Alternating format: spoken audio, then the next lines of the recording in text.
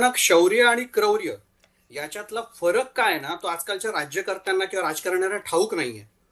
मुळात आता झालंय कसं माहितीये का, की हजारो लाखो हिंदूंची कत्तल करणाऱ्या एका नीच अशा राज्यकर्त्याची तुलना छत्रपती शिवाजी महाराजांबरोबर करताना यांना लाज का वाटत नाही ना, हा मुळात प्रश्न आहे.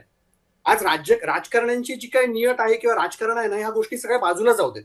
कारण राजकारण पलीकडची जी मैत्री आहे ना, ही या सगळ्याच्या मागचा सगळ्यात मोठा अडचण आहे. हं. ज्या वेळेला छत्रपती शिवाजी महाराजांचा पहिल्यांदा अपमान झाला, म्हणजे प्रत्येक जण एकमेकांवर आरोप करताना एक गोष्ट लक्षात घेतली पाहिजे.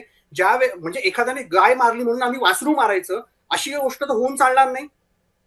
ज्या वेळेला छत्रपती शिवाजी महाराजांचा या महाराष्ट्रामध्ये पहिल्यांदा अपमान झाला, त्याच वेळेला कुठल्या तरी कायद्यामध्ये बदल करणं किंवा काहीतरी कठोर नियम करणं हे यांच्यापैकी कोणी का नाही केलं, हा खरा आमचा प्रश्न आहे. एक शिवभक्त म्हणून आणि या महाराष्ट्राच्या मातीमध्ये छत्रपती शिवाजी महाराजांचे उपकार म्हणून राहणारे आम्ही हिंदूंनी आज त्या टिपूची, म्हणजे त्याला सुलतान म्हणण्याच्या सुद्धा तो लायकीचा नाही, तो मालेगाव मध्ये एक महापौर स्वतःच्या दालनामध्ये त्याचा फोटो लावते. हे म्हणतात की तो राम म्हणे काहीतरी रामाची अंगठी वगैरे काहीतरी घालायचा. अरे मग तो जो कसा आला होता तो लाल धागा बांधूनच आला होता ना, म्हणून काय हिंदूंनी त्याची पूजा करायची? आज टिपू सुलतान सारखा जो क्षेपणास्त्रांचा म्हणे जनक वगैरे म्हटला जातो, मग अब्दुल कलामांचा फोटो लावला असता तर हा वादंग झाला नसता. आज या महाराष्ट्रामध्ये लक्षात घ्या, ही राजकारण कविता जी सोडून द्या, एक सगळ्यात मोठी अडचण अशी झालेली आहे की एक धार्मिक ध्रुवीकरण करण्याच्या नादामध्ये हा संपूर्ण देश दार उल इस्लाम करण्याच्या मागे त्यांना एक मोठा काहीतरी आयकॉन हवाय, एक व्यक्तिमत्व हवंय आणि ते टिपू सुलतानच्या नावाने हवंय.